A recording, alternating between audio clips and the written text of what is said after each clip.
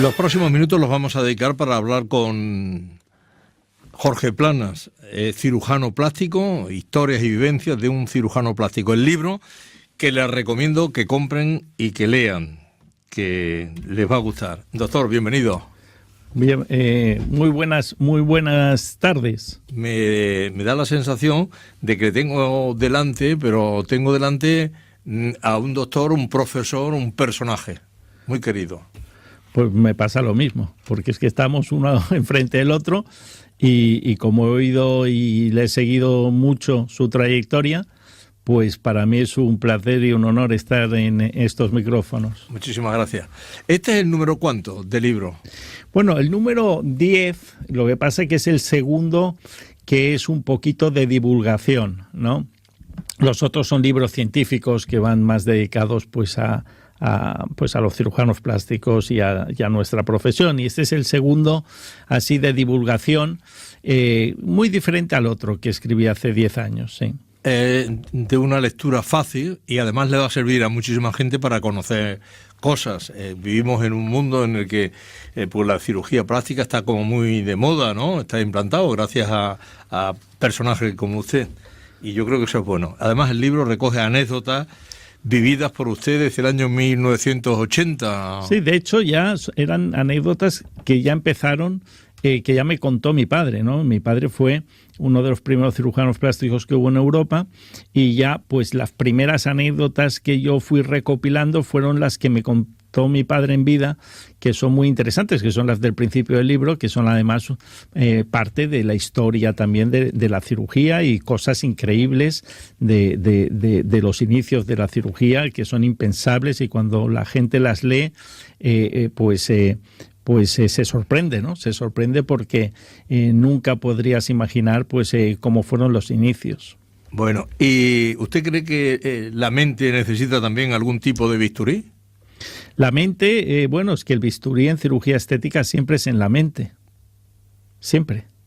Aunque tú operes una nariz, o aunque operes un pecho, aunque operes esculpas un cuerpo, hagas la silueta escultural de unas cartucheras, de una cintura, de unos hombros, al final estás operando la mente porque habrán personas con mayores defectos físicos que esos casos que no pasan por, o que no quieren o que no desean pasar por nuestras manos, ¿no? Por lo tanto, al final todo está en la mente. De hecho,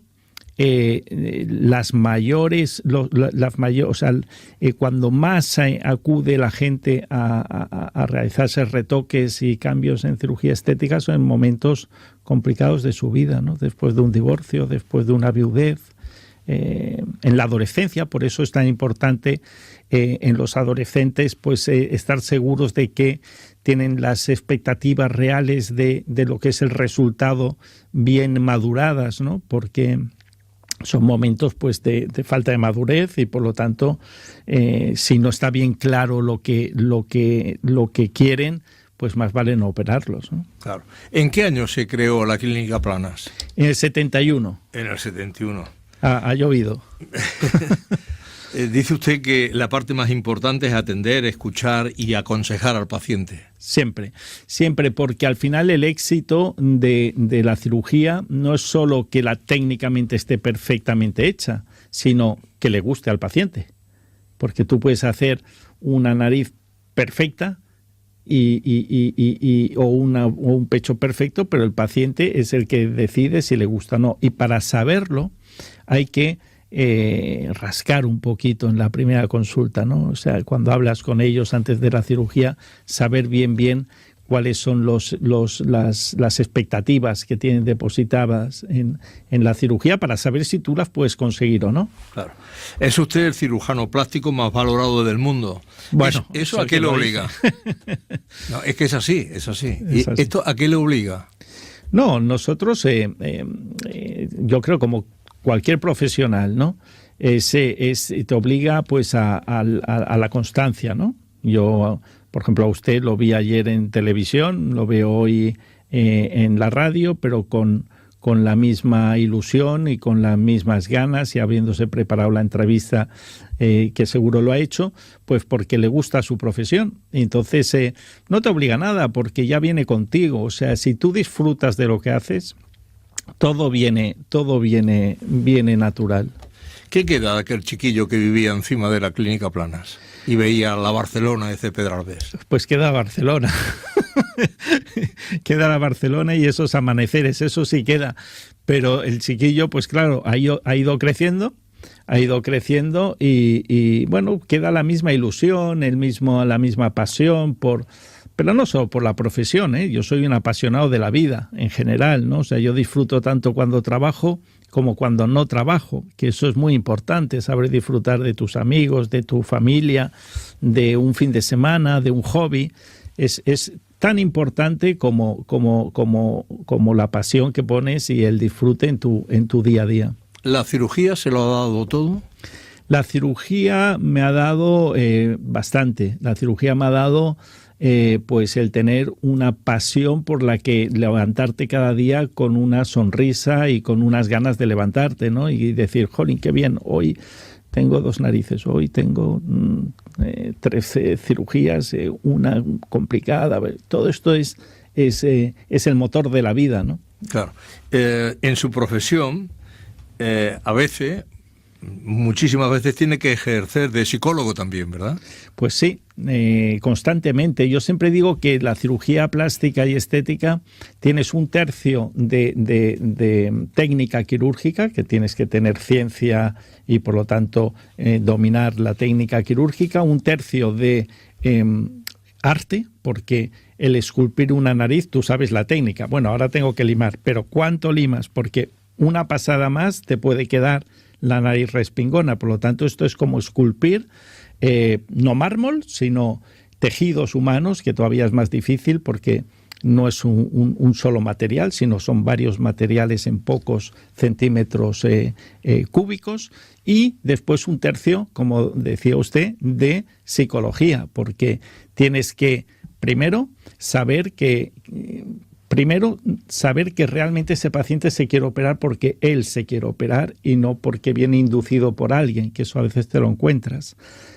Madres que quieren que su hija sea modelo, maridos que quieren más pecho en su mujer, etcétera, etcétera. Y por lo tanto tienes primero que saber que es ella o él el que quiere operarse y por lo tanto que entonces está indicado la intervención. Segundo, que las expectativas, como decíamos antes, de resultado sean las correctas.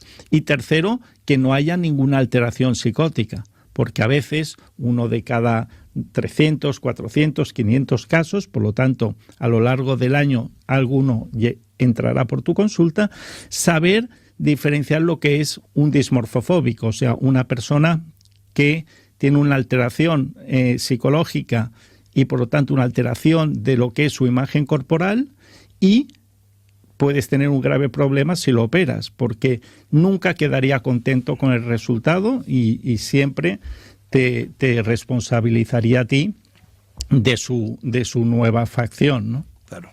Estamos hablando con el doctor Jorge Planas, nos está presentando y hablando de su álbum Historias y vivencias de un cirujano plástico.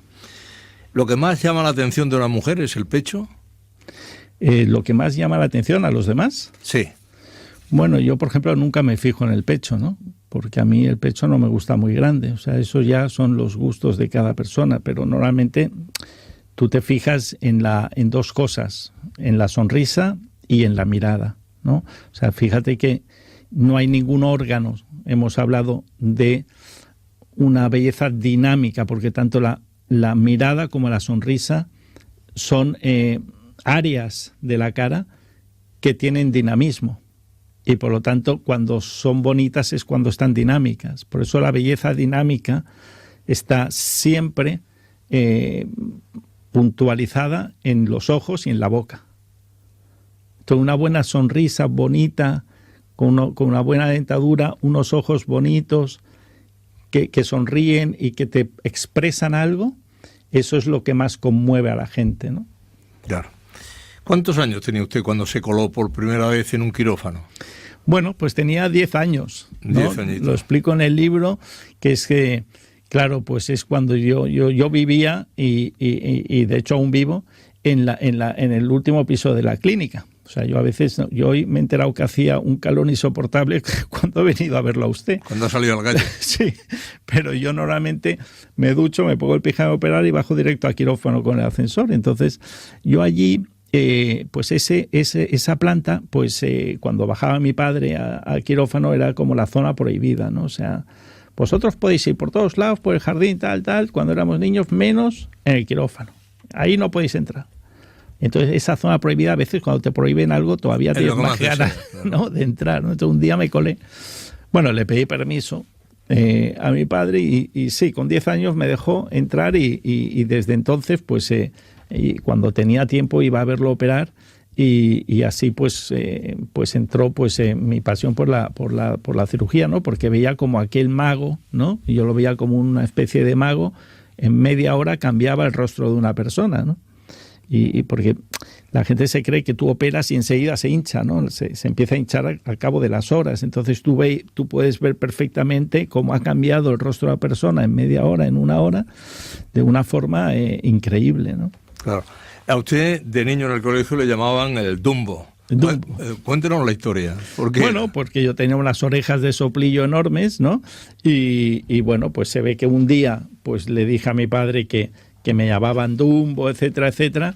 Y bueno, pues un día, pues igual que no tenía mucho trabajo, me dijo, ven, que te voy a operar. Y me bajó pues por ahí, por esas fechas, 10, 11 años, y me operó. Y entonces ahí vi yo también las bonanzas de la cirugía estética, ¿no? No solo vi a mi padre como aquel mago que cambiaba caras, sino que yo en mi propia persona vi como no una mejora estética, porque un niño no se mira al espejo para ver si está guapo o no, sino pues como llegué en septiembre, porque normalmente las orejas las operas en junio, ahora empiezan los niños ya a acabar el colegio y operarse las orejas para que en septiembre, cuando llegas, bueno, pues yo llegué, fui al baño y los, hombre, Dumbo, y se quedaron con el Dumbo en la boca, ¿no? Porque vieron pues, que ya no era Dumbo, ¿no? Y entonces eso, no te digo yo que fuera una liberación, pero sí pues una gratificación de decir, bueno, pues ya ese complejo que me estaban empezando a poner con los motes, los niños, ya sabes que los niños son como muy crueles en este aspecto, ¿no? Yo tengo una lista de motes que los niños me dicen que les llaman, pues me he hecho una lista que es interminable, ¿no? Claro. Y en aquella época, en los años 60, 70, 60, 70, por ahí, iban en las clínicas, había monjas. ¿Cómo se llevaba aquello de corregir lo que Dios había creado? Pues muy mal, ¿no? Porque esos fueron los inicios por eso en este libro, en los primeros capítulos, salen algunas anécdotas de mi padre, y una de ellas está enfocada en esa época, cuando él todavía no había construido la clínica Planas todavía no existía. Entonces él operaba pues en la clínica San José, una clínica que ya no existe tampoco, pero que era de monjas, ¿no? Y pues allí pues era una policlínica, evidentemente. Entonces las monjas veían un poco con recelo la parte de la cirugía reconstructiva, pues muy bien, ¿no? Quemados, reconstrucción de mano, etcétera. Pero la parte de estética que empezaba a despuntar, porque la liposucción no apareció hasta 1980, muchas técnicas no aparecieron hasta mucho después, pero en aquella época, 1960, 50, 60, pues empezaron las técnicas, pues sí, pues habían las otoplastias, la cirugía de las orejas, la rinoplastia, la reducción de mamas, y no eran bien vistos por las monjas de aquella época, ¿no? Porque era un poco cambiar lo que había hecho Dios, ¿no? ¿Y cuándo empiezan por primera vez a poner prótesis mamarias? Bueno, la primera prótesis mamaria que se creó fue en 1963, pero antes de eso, y lo explico en el libro algunas anécdotas, de de algunos cirujanos, sobre todo alemanes y del centro de Europa, pues empezaron a poner, como no se habían inventado las prótesis, probaron con todo tipo de artilugios que resultaron muy dañinos para las personas que se sometieron a estas operaciones, como podían ser bolas de vidrio, lana, grasa de cadáver. Imagínese, hasta grasa de cadáver se llegó a inyectar en aquella época, ¿no? Y eso dio, pues evidentemente, unos resultados desastrosos con infecciones, amputaciones de pecho, etcétera, etcétera. ¿Y cuáles son mayoritariamente las intervenciones de cirugía estética que más se hacen las personas, que más nos hacen? Bueno, pues ahora mismo la cirugía que más se hace, pero con diferencia precisamente, es el aumento mamario, ¿no? El aumento mamario es 1 de cada 4 cirugías estéticas que se hacen en España, es aumento mamario. Y eso que evidentemente solo lo puede hacer el sexo femenino, ¿no? ¿Y los hombres llevan bien el que las mujeres se hagan intervenciones o a veces lo hacen inducidas por el hombre? No, o sea, vamos a ver, normalmente las personas que tienen pareja siempre vienen con su pareja a la consulta, y yo veo una gran predisposición de todo el mundo, tanto de la mujer con el hombre como el hombre con la mujer, a entender pues la decisión que ha tomado su pareja o su hija o su madre o su padre, ¿no? Hay mucho apoyo, tanto familiar como de pareja, a una decisión de someterse a una cirugía estética, cosa que antes no era tan así. ¿Por qué mayoritariamente son las mujeres y no los hombres? Bueno, no es tan así, o sea, sí que en porcentaje es 3-1, pero también debemos entender que no es porque la mujer sea más vanidosa, sino que la mujer tiene hijos y por lo tanto los embarazos pues estropean más el abdomen que si no los tienes. La mujer tiene un pecho desarrollado, cosa que el hombre no, y estamos hablando de un 25% de cirugías que son de pecho, ¿no? Sí que es verdad que el hombre tiene la calvicie, que es más propia del sexo masculino, ¿no? Pero si lo pones si apartas lo que es el pecho y la calvicie y miras solo todas las otras cirugías, está bastante más igualado. ¿Y cuáles son las intervenciones que mayoritariamente nos hacemos los hombres? Pues los microinjertos de pelo, las bolsas de los ojos, la grasa del abdomen y la nariz. Estas 4 son las Princeps.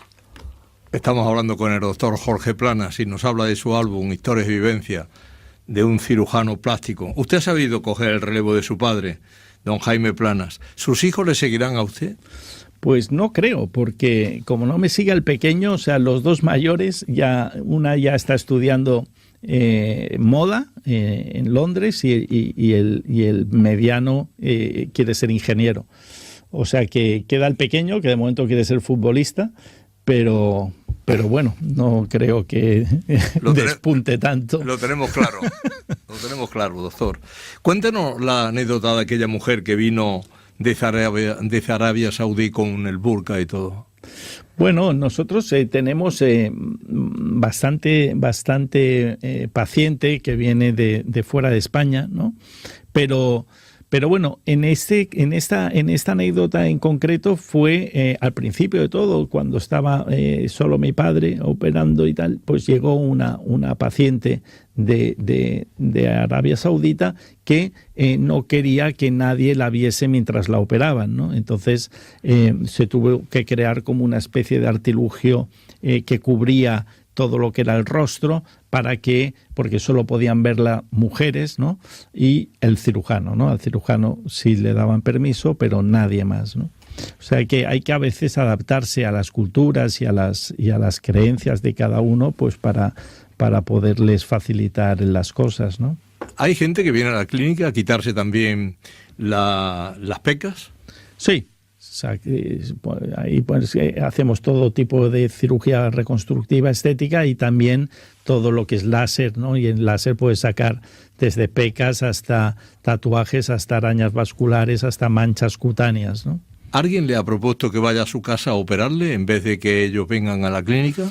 Pues no, nunca me lo han propuesto, pero sí que he tenido, que lo cuento en el libro también, una anécdota que es de un paciente que se operó él en su propia casa, ¿no? Ante mi negativa a operarlo porque creía que no debía ser operado. De hecho, al final, pues es uno de esos casos que hablábamos al principio de la entrevista, ¿no? Que tienes que saber discernir cuando un paciente pues puede tener un poco de alteración de su imagen corporal y derivarlo a otro tipo de especialista. Pues se ve que no conseguí convencerle de que fuera a ver a un psicólogo y se fue a su casa y se cortó la oreja con unas tijeras de cocina. Ya ves. Nos gustaría que nos dijera también, ¿la liposucción funciona mejor en los hombres o en las mujeres? Bueno, funciona igual de bien, tanto en hombres como en mujeres, siempre que esté indicado, ¿no? La liposucción no es una técnica para adelgazar, sino para sacar y para proporcionar una homogeneidad completa a una silueta. O sea, si hay un poquito de grasa, lo que llamamos lipodistrofia, que es grasa localizada, primero lo que hemos de hacer es tener nuestro peso corporal ideal y donde sobre, ahí en esas zonas sí se saca para igualar entonces y esculpir una silueta proporcionada. Y aquella chica que viene a la clínica y le propone que le ponga unas prótesis mamarias para hacerse una foto y luego quitárselas. Sí, bueno, estamos muy tocados, una foto que le pagaban mucho porque era una portada de Playboy americano, ¿no? Entonces, pues la habían elegido, pero necesitaban que tuviera más pecho y entonces pues vino, quería mucho más pecho y después vino a sacárselo porque ya había pasado las fotografías estas de su trabajo. Digo, pero esto es una barbaridad lo que hemos hecho. Bueno, pero es que era el trabajo de mi vida lo que me catapultaba en mi profesión y son decisiones que a veces la gente toma que son a veces un poco incoherentes, ¿no? Bueno, ¿se siente feliz? ¿Le están reportando ya el libro satisfacciones? ¿De gente que lo haya leído, que le comente? Sí, muchas satisfacciones. Dinero no, porque va todo hacia una fundación donde operamos en África, pero sí satisfacciones porque es un libro que es de verdad, o sea, desde mis hijos que tienen desde los 10 hasta los 20 años, las personas mayores, todo el mundo le gusta mucho porque es muy entretenido, aprendes muchas cosas, te sorprende muchísimas cosas y pasas un rato muy bueno mientras lo lees, ¿no? La gente dice, es que no he parado de sonreír durante las 3 horas de lectura. ¿Y qué hace usted? ¿Cómo una persona puede creer que un cirujano es bueno? Bueno, para saber que estás en buenas manos, yo lo que siempre aconsejo es, saber que el cirujano tiene un título de especialista, o sea, para eso hay una web que es la SECPRE, la Sociedad Española de Cirugía Plástica Reconstructiva y Estética, secpre.org, donde ahí tú puedes encontrar cirujanos en cualquier ciudad de España, ¿no? Y que estén titulados, ¿no? Esto ya te da una garantía muy fuerte, ¿no? Después que la cirugía te la hagan, pues evidentemente en un hospital o en una clínica, en un centro reconocido, ¿no? Con todas las medidas de seguridad, que conozcas al anestesiólogo, al anestesista, ¿no? Y que te hagan firmar, mirad lo que te digo, un documento en el que se llama consentimiento informado y donde te explican todas las cosas que te pueden pasar, ¿no? Todos los problemas, todos los efectos secundarios, las complicaciones que puedan ocurrir, porque ahí como mínimo tendrás una información completa de lo que es los posibles riesgos, ¿no? ¿Usted se ha sometido a algún arreglo? Sí, yo me he hecho las orejas, como cuento en mi libro, ¿no? Y después, hace 3 años, me saqué las bolsas de los ojos por una técnica que hacemos, que es desde dentro de la conjuntiva, sin dejar cortes, ¿no? Y estoy muy, muy, muy contento. Y le quedó muy bien. Sí, porque es que yo siempre iba a un restaurante y el jefe del restaurante siempre decía, hombre, doctor, qué mala cara hace, sí, ha trabajado mucho hoy, ¿no? Está muy cansado. Y yo pensaba, joder, pues estoy perfecto, estoy con una fuerza tremenda. O sea, esas bolsas de los ojos te dan esa sensación de falso cansancio, que una vez te las sacas, no solo rejuveneces, sino que das un aspecto mucho más enérgico, ¿no? Y, doctor, se habló mucho de las prótesis mamarias malas, las farsas. ¿Ha perjudicado esto a la profesión? Sí, evidentemente siempre que hay algo así, pues perjudica, ¿no? Pero lo que sí es verdad es que el Ministerio de Sanidad español pues reaccionó muy rápido, muy bien, se retiraron todas las prótesis que en su momento la gente podía haber puesto de ese tipo de prótesis que eran de mala calidad, se reemplazaron y bueno, pues ahora mismo el problema se soluciona en ese sentido, ¿no? Los cirujanos que hubieran puesto estas prótesis las estuvieron obligados a sacarlas, ¿no? ¿Y hay alguna fórmula para relajarse antes de una intervención? Bueno, esto es como, yo siempre pienso que cuando entro en un avión, ¿no? Miro siempre a la cabina, ¿no? A ver si el comandante está relajado, ¿no? Pues, pero eso yo creo que es lo mismo, ¿no? O sea, yo creo que al final operas cada día, no es que operes un día al mes, operas cada día y por lo tanto es parte de tu rutina de vida, ¿no? Y por lo tanto no... Aparte yo opero a las 8 de la mañana, por lo tanto más relajado no se puede estar, ¿no? Claro. ¿Y estamos todos preparados para una intervención, para una cirugía? ¿Estamos todos preparados? Bueno, hay que verlo. O sea, hacemos unas pruebas preoperatorias antes muy intensas, tanto de analítica como electrocardiograma, placa de tórax, te revisa el anestesiólogo, haces un buen preoperatorio porque muchas veces tienes que suspender la intervención porque hay alguna alteración en esa persona que primero hay que solucionar. Bueno, ¿y de dónde le viene a usted esa vena solidaria tanto hasta... el punto de dar todos los beneficios que pueda generar este libro? Bueno, la vena solidaria te la da la propia profesión, ¿no? Porque recordemos que antes de cirujanos plásticos somos médicos. Antes de ser cirujano plástico, que son 5 años de formación, pero primero has tenido 6 años de carrera de medicina, y la medicina yo creo que es una de las carreras más humanísticas que existe, ¿no? Y va un poquito ligado a lo que es la medicina, ¿no? La ayuda al prójimo, el intentar, pues, con tus conocimientos ayudar a sanear personas, ¿no? Que es lo más bonito que existe, ¿no? ¿A quién le recomendaría a usted, doctor, que leyera el libro? Bueno, cualquiera que le guste la lectura le gustará el libro, ¿no?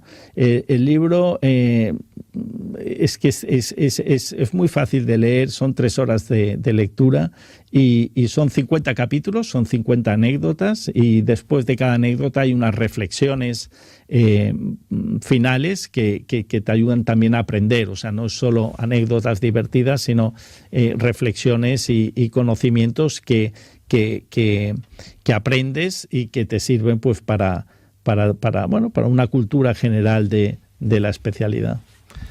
Doctor Jorge Planas, muchísimas gracias por haberse acercado aquí. Gracias por el libro, porque mucha gente va a ver lo que es la cirugía plástica desde otro punto, que yo creo que eso es muy bueno.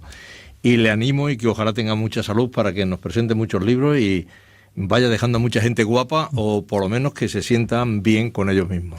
Pues muchas gracias por invitarme, porque yo tengo, pues, una gran simpatía por el sector del taxi, porque en uno de los capítulos explico, al principio de todo, que un taxista me salvó de ser cirujano plástico, ¿no? Y por lo tanto tengo una gran simpatía hacia ellos. Muchísimas gracias. Suerte.